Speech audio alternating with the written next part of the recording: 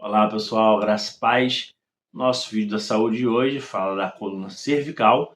Vídeo das minhas alunas Ana Casari e Natália, que prepararam esse conteúdo com bastante carinho e cuidado para vocês. Então, aproveite o conteúdo, divulgue para todo mundo que você gosta, que você conhece e ajude o nosso canal a crescer e desenvolver cada vez mais, tá bom? Forte abraço a todos, fica a paz.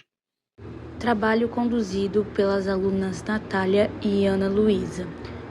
Coluna cervical. O que é a coluna cervical? Localizada no pescoço, é constituída por 7 vértebras pequenas chamadas de C1, C2 até C7. Elas mantêm o peso da cabeça e permitem o movimento do pescoço. Suas vértebras cervicais juntas apresentam uma leve curvatura para trás, o que é chamado de lordose. O comprimento ósseo da coluna cervical é formado por 7 vértebras. As 5 mais inferiores são mais semelhantes umas às outras, enquanto as 2 primeiras possuem formatos únicos, sendo a primeira C1, denominada Atlas, e a segunda C2, denominada Axis. Vértebras da coluna cervical. Tipos de vértebras: típicas C3 a C6, atípicas C1, C2 e C7. O compartimento ósseo da coluna cervical é formado por 7 vértebras. As 5 mais inferiores são mais semelhantes umas às outras, enquanto 2 primeiras possuem formatos únicos, sendo a primeira C1. Vértebras cervicais típicas C3 e C6. As 5 vértebras mais inferiores são formadas pelas seguintes estruturas: corpo vertebral. O corpo vertebral das vértebras cervicais é pequeno se comparado ao dos demais segmentos da coluna vertebral. Isso se deve ao fato de essas vértebras sustentarem menos peso do que as vértebras dos segmentos mais inferiores, denominadas Atlas, e a segunda C2, denominada Axis. Na coluna cervical, os processos transversos são únicos devido à presença de forames transversos, orifícios que permitem a passagem das artérias vertebrais em C1 e a C6. As veias vertebrais acompanham as artérias através desses mesmos forames. Outras particularidades do processo transverso cervicais é que eles possuem sulcos que permitem a passagem dos nervos espinais. Esses sulcos dividem o processo transverso de forma que cada processo possui um tubérculo anterior e um posterior na sua extremidade lateral, que serve como pontos de inserção para músculos. Forame vertebral é o canal ósseo no qual cursa a medula espinal.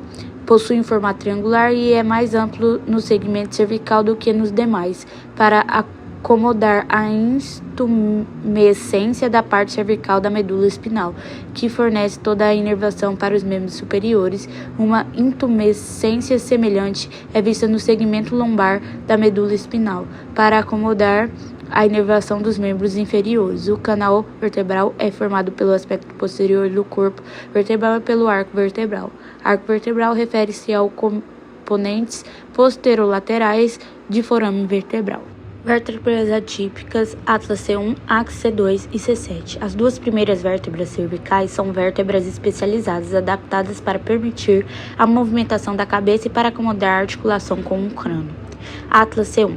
Ao contrário das outras vértebras, os atlas não possuem processo espinhoso ou um corpo vertebral. Quando visto de cima, o atlas na verdade possui uma forma de um anel, mais espesso lateralmente, onde se identifica as massas laterais, que são unidas pelos arcos anterior e posterior. O arco anterior possui 3 características importantes: um tubérculo anterior na superfície anterior, uma fóvea que se articula com o dente de Axis, processo adontoide, na superfície posterior. De cada lado da fóvea, o tubérculo onde se insere o ligamento transverso que mantém o dente do Axis em sua posição.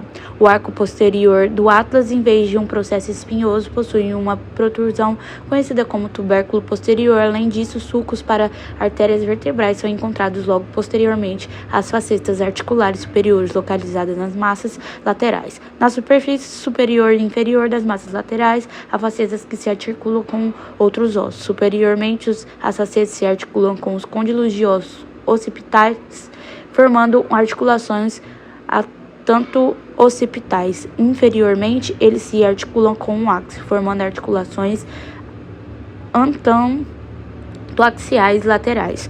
Os processos transversos de Atlas se estendem lateralmente a partir de massas laterais e exibem assim com os demais processos transversos cervicais orifícios chamados de forames transversos. Segue ilustração do exemplo citado. Diferença entre vértebra atípica e típica. Típicas quando tem a cabeça, colo e corpo. Atípica quando requerem Considerações especiais. O esqueleto de coluna vertebral é formado por uma série de ossos irregulares denominados vértebras, separadas uma das outras por discos fibrocartilaginoso intervertebrais que se estendem do crânio até o ápice do cóccix. Das 7 vértebras cervicais, as 2 primeiras são conhecidas como vértebras atípicas por apresentarem características próprias, as demais são chamadas de vértebras típicas por possuírem características semelhantes. A 7ª vértebra cervical possui os mesmos componentes de uma vértebra típica, porém é considerada atípica porque seu processo espinhoso é proeminente e pode ser facilmente palpável na região posterior do pescoço, quando o indivíduo realiza a flexão da cabeça. Principais lesões da coluna cervical. Uma vértebra pode sofrer diversos tipos de lesões traumáticas. O mais comum é sua fratura com ou sem esmagamento, mas o pior é a transfixação da medula cervical pela vértebra luxada. Essa luxação, por sua vez, pode ser total ou parcial. A consequência das lesões estão relacionadas com a altura em que ocorreu a lesão. Se, por exemplo, ela estiver situada abaixo da 6ª vértebra cervical, o paciente preserva algum movimento nos braços, porque os nervos responsáveis por esse tipo de mobilidade já saíram do canal e não foram afetados, mas pode perder o movimento das pernas. Fica paraplégico, o que também acontece se o trauma afetar a coluna torácica e o começo da coluna lombar. Lesões na coluna cervical, um pouco acima da 6ª vértebra, deixam o indivíduo tetraplégico acima de C4, interrompe o controle de respiração e ele para de respirar instantaneamente. Lesão grave acima da vértebra C4 provoca morte instantânea, embora não exista nenhum ferimento aparente. Como diagnosticar uma lesão na cervical? Quando se trata de acidentes em que o paciente perde um pouco da consciência, a obtenção dos dados acerca do ocorrido é difícil, por isso uma avaliação do paciente por uma equipe multidisciplinar é fundamental. Dessa forma, lesões que colocam a vida do paciente em risco devem ser prontamente tratadas. Já no paciente que se encontra consciente, a tarefa de obter informações sobre o trauma é mais fácil. Informações sobre quedas, colisões automotivas, ferimentos por armas de fogo e tanto quanto forem obtidas auxiliam o médico a qualificar a gravidade das lesões. Além da conversa com o paciente, quando possível, o diagnóstico da lesão deve ser realizado por uma equipe multidisciplinar que realizará exame físico completo para verificar a gravidade do trauma, por meio de testes neurológicos e motores. Para completar o diagnóstico, pode ser solicitados exames de raio-x, tomografia computadorizada e ressonância magnética. Como fisioterapeuta pode tratar uma lesão na cervical? A fisioterapia é um dos tratamentos mais comuns para a dor cervical crônica. A maioria dos programas de fisioterapia para a dor cervical envolve a aplicação de tratamentos para reduzir a dor ou rigidez suficiente para iniciar um programa de exercício de fortalecimento e alongamento do pescoço. A fisioterapia para a dor do pescoço geralmente inclui os seguintes objetivos: reduzir a dor e a rigidez, melhorar a amplitude de movimentos da cabeça e pescoço, desenvolver o fortalecimento dinâmico do pescoço e sua musculatura de suporte, desenvolver estratégia para evitar que a dor se repita.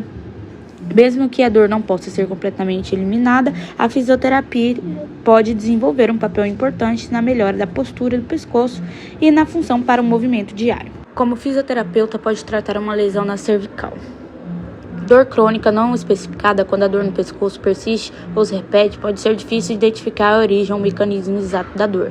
Mesmo sem um diagnóstico, aumentar a força dos músculos do pescoço pode ajudá-los a sustentar melhor a coluna cervical e torná-los resistentes à dor.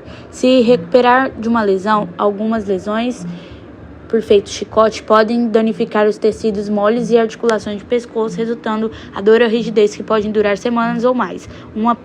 Um programa de fisioterapia pode reduzir a dor, ajudar a desenvolver o funcional do pescoço. Se recuperar da cirurgia, algumas cirurgias realizadas no pescoço podem resultar em dor e rigidez significativa nas semanas e meses seguintes. Por exemplo, uma cirurgia de dissectomia cervical anterior com fusão envolve a fusão de 2 ou mais na vértebra.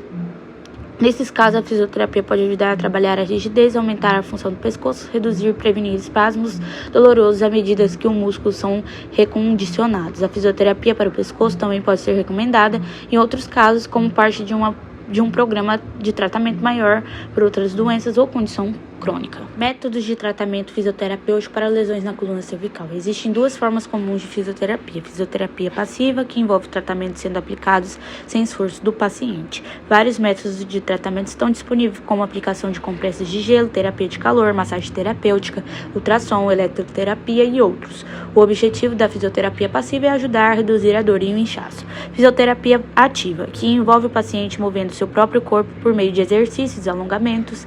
Ao melhorar a força e a flexibilidade do pescoço, esses músculos podem se tornar menos doloridos e mais capazes de manter uma boa postura, o que reduz o estresse na coluna cervical. A fase inicial da fisioterapia para a dor no pescoço pode envolver tratamentos mais passivos, mas é provável que os tratamentos ativos sejam incorporados com o passar do tempo. Como evitar lesões na coluna cervical? Para prevenir a dor cervical, a primeira coisa é observar como ela costuma surgir. Se o incômodo aparece após muito tempo em frente às telas no trabalho, vale a pena ajustar a postura e a ergonomia, além de fazer pausas com mais frequência. O ideal é que sejam pausas ativas, em que a pessoa muda de posição, se levanta e faz alguns alongamentos e movimentos espontâneos. Ginásticas laboral também ajuda a prevenir. Outra forma de evitar dores na cervical é fortalecer a região com exercício físico, como musculação ou pilates, dormir bem, gerenciar o estresse e realizar atividades relaxantes, como massagens, também contribuem para a vitalidade do pescoço.